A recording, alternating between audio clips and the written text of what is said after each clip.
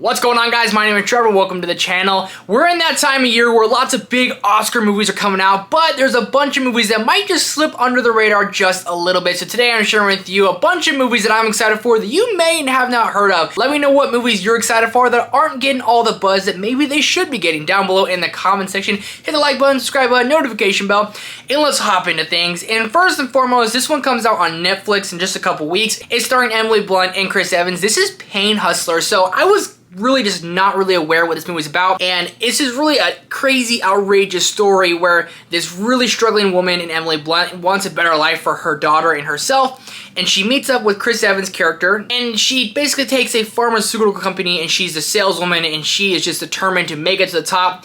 All the while, it seems like it might just be a scam. So coming into this one, it's just interesting to see how a movie of this crazy story and how people just got rich off scamming people and how it gets out and plays out and gets told. So I like movies like this. I'm looking forward to it. It comes out on Netflix just a couple weeks. Pain Hustlers. Then we have a movie that's been premiering at a bunch of film festivals. This is Boy Kills World, in a very, very bizarre title, and there's no trailer for this yet, not really any like public reviews for it just yet, other than people really just saying this is a crazy movie. And the description for this movie is a dystopian fever dream action film that follows Boy, a deaf mute with vibrant imagination. When his family is murdered, he is trained by a mysterious shaman to repress his childish imagination and become an instrument of death. Again, everyone who's seen this movie just said it's batshit wild, it's crazy, might be a little bit slower, but this is one of those movies that just from seeing the title, that alone has me interested, and it's going all the little film festivals. I want to see this one. I wish I was one of the few people who have gotten a chance to see it already. Just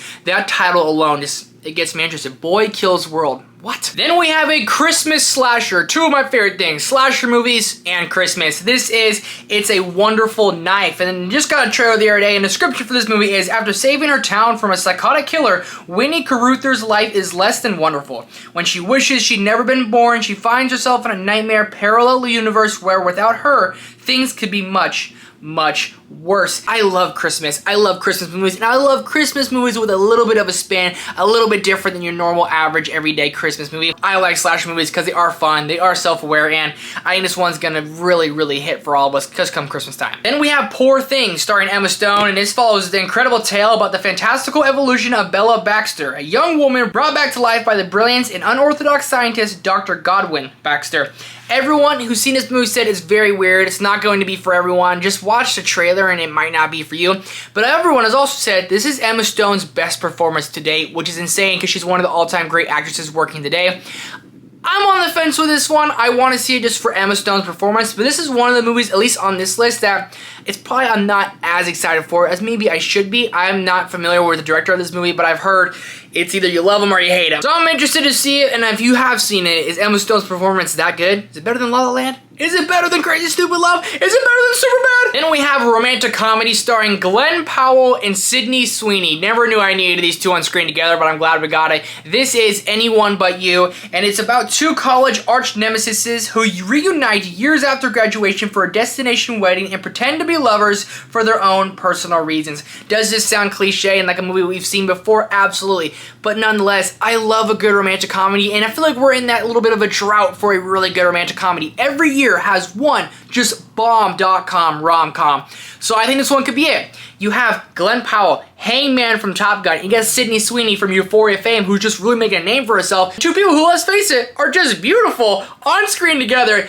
I'm excited for it. I'm not sure if this one's going to come out. It's supposed to come out this year, but it might be getting pushed to 2024. But nonetheless, I love Glenn Powell. He's really becoming one of my favorite working actors today, so I'm excited to check this one out. And again, we are in need of a good rom-com. Heading over to my favorite studio today, A24's The Iron Claw. This actually just got a trailer. This is starring Jeremy Allen White, one of my favorite working actors, and Zac Efron, another one of my favorite working actors, based on a true story about these brothers who get pushed to the brink by their father, and they're wrestlers, and they become a really well-known family in the wrestling community. And this looks like one of those movies that's going to be very heavy, very dramatic. It's going to hit you right in the feels. It might give us some really good performances. This comes out around Christmas time.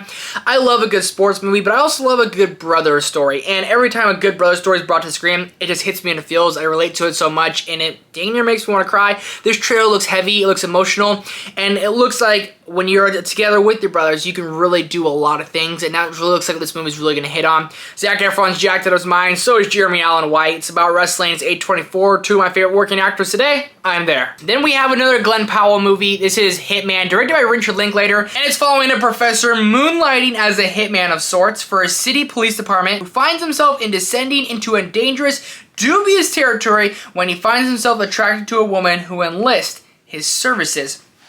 Richard Linklater, you gotta love him, an all-time great director. And the people who have seen this at festivals have all really said that it is maybe a little too silly at times, but it is a fun action movie, so I'm really there for this one. And finally, for my picks of movies you might not have heard of, but I am excited for, is going to be Red One. This is coming to Netflix, starring Dwayne Johnson, Chris Evans, J.K. Simmons as Santa Claus. Don't really have much about this movie just yet, so it looks like it might get delayed, but Netflix always holds on until basically the last minute to start promoting their movies. This comes out maybe the week of Christmas. It might be a huge win for Netflix. I love Dwayne Johnson. I love Chris Evans. And J.K. Simmons as Santa Claus? Did not know I needed it. So, got all kinds of movies on this list, from Christmas movies to slashers to dramas to everything. These are my picks for movies I'm excited for that maybe aren't getting all love and attention that they deserve. Let me know your picks down below in the comment section. What movie are you most excited for that most of us have not heard of? Let me know that down below. Hit that like button, subscribe button, notification bell. Thank you guys so much for watching, and I'll see you in the next one.